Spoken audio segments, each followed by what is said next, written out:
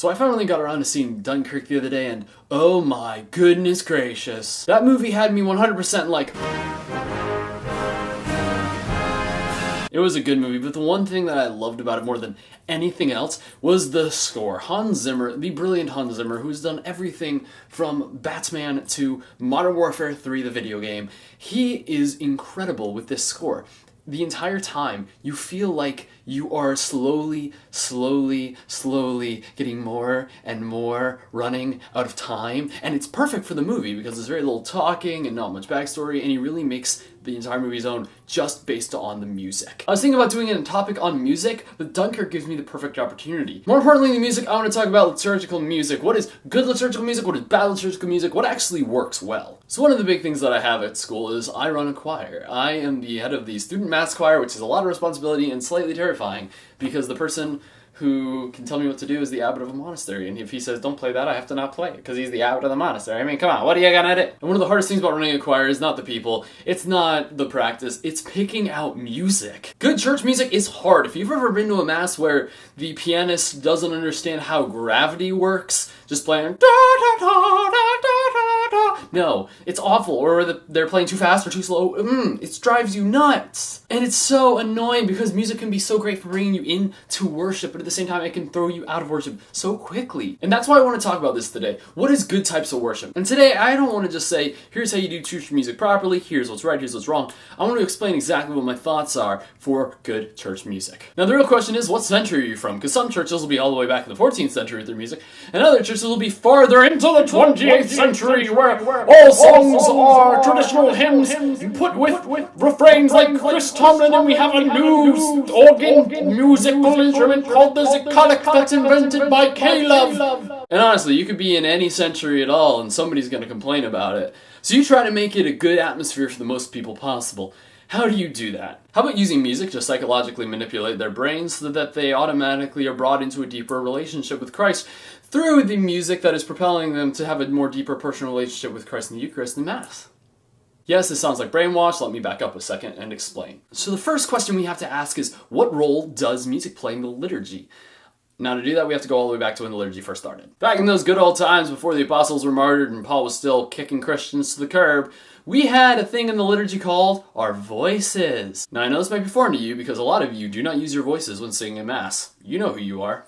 Yeah, you do. Sing! Sing in the Mass! See, old school, they didn't have any instruments. They didn't have no pipe organ. They didn't have no violin. They didn't have no bad electric guitarist. They just sang with their voices. As such, when some Christians decided, you know, why don't we bring in some musical instruments? Like, we can play it. Why don't we use these instruments to glorify God? A lot of the Christians were like, no, that's a bad idea. But then after a while, they got used to it. And then we had Christians saying, I don't know, maybe we should bring in a different form of music. You know, maybe some more, like, string instruments and some woodwind and brass. And everybody was like, no, please, no. But then after a while, they got used to it. And then you had people starting to play organ in Mass. And everybody went, no, what is this awful ratchet? But then after a while, they got used to it. And now everyone thinks that the organ is the number one mucho facto perfect instrument for the Mass. And yes, there's a lot of great composers who wrote organ pieces specifically for the Mass. But that's not to say that we can't go into something a little bit more futuristic here. And I'm not saying the random instrument I made up, I'm saying what's wrong with more modern praise and worship music. See, music in the liturgy is all about bringing you closer to God. Any music that is not able to do that is not good church music. And that's why we don't sing, and I'm free, free falling in the middle of Mass, because that's just not bringing you closer to worship with Christ. And that's the thing, is if we are going to have good music in the Mass, that's what it has to be. It has to be able to bring us closer to Christ. It has to aid in our worship. And what does that mean? That means we cannot have any songs, I don't care if they're old school or what, that is going to pull us away from worship. Amazing Grace, I'm looking right at you, honey. I don't care if you're an old traditional hymn. Boy, I don't ever want to have to hear those words again. Because as good as those songs might have been back in your grandparents' generation, it's not what this culture wants. And I'm not saying we should change the church because of the culture. Never gonna say that. I'm saying we should, if people are going to react more closely to praise and worship music, maybe by Jackie Francois, maybe by Audrey Assad, the great and amazing Matt Mark, then we're going to have to use that kind of music. Correctly, of course. This is one of the problems that you have whenever you go to a church. Somebody is going to put the wrong song in the wrong time. You should not have Your Grace Is Enough as a communion song. I'm sorry, just don't do it. Take it from me, Rise Up Jerusalem official. Do not put Your Grace Is Enough as a communion hymn. No, your grace is enough is a good closing hymn, but not a good communion hymn. See, each part where there is music meant to be, they each have significance. Just like the psalm is just reading the Bible, and the gospel has a certain significance, and the homily has a certain significance, and all of the words in the liturgy of the Eucharist have a significance, each section of music is supposed to have a certain tone to it. The opening hymn is usually supposed to be more marching type, more like, "Oh God, beyond all praising, we were," it brings you in. It gets you a little bit, gets your blood pumping a little bit, but not too much. We don't want to say, "Glory, glory, hallelujah." No. Then the offertory hymn is meant to be more of a meditative piece.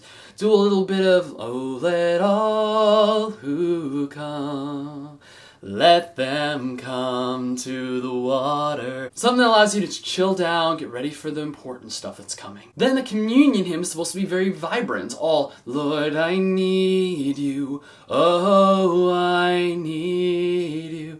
Or crown him with many crowns, which is a song I just covered. You should watch that, link right here. Then the closing hymn should again be more triumphant. "Your grace is enough.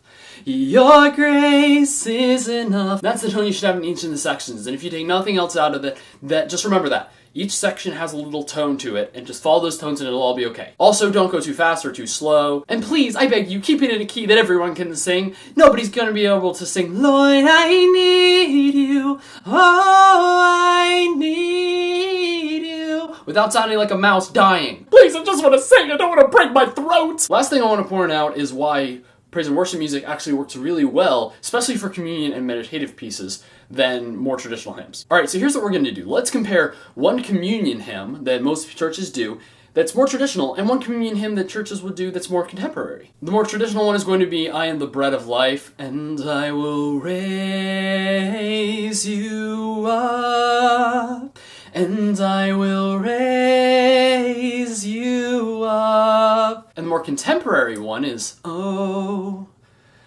how he loves us so.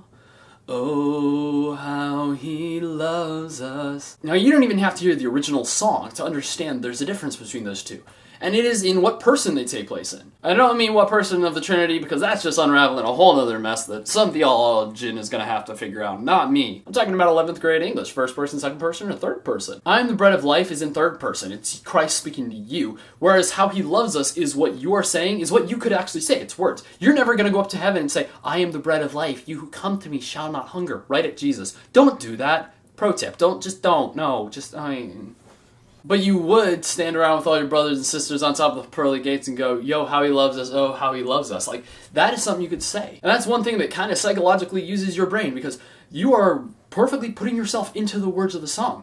"Everything I am, everything I long to be, I lay it down at your feet." Man, that's powerful. If you want to know how powerful, I did a video about how I was brought to Christ through that song, let's say. One of my favorite closing contemporary hymns is "You Never Let Go." "Even though I walk through the valley of the shadow of death, your perfect love is casting out fear." That's something you would say to God. Oh no, you never let go, through the calm and through the storm. That being said, we don't need to be playing it with drum sets and with electric guitars. It's just using those words that are in the first person that allow us to get more in tune with the liturgy that is just, it makes church music great again. Man, make Acts great again. I like that saying. Might make a hat, like a red hat with like white letters. I like that. So guys, there's my thoughts on church music. As long as it's correct in the right time, in the right key, and that's where it should be in the Mass, good.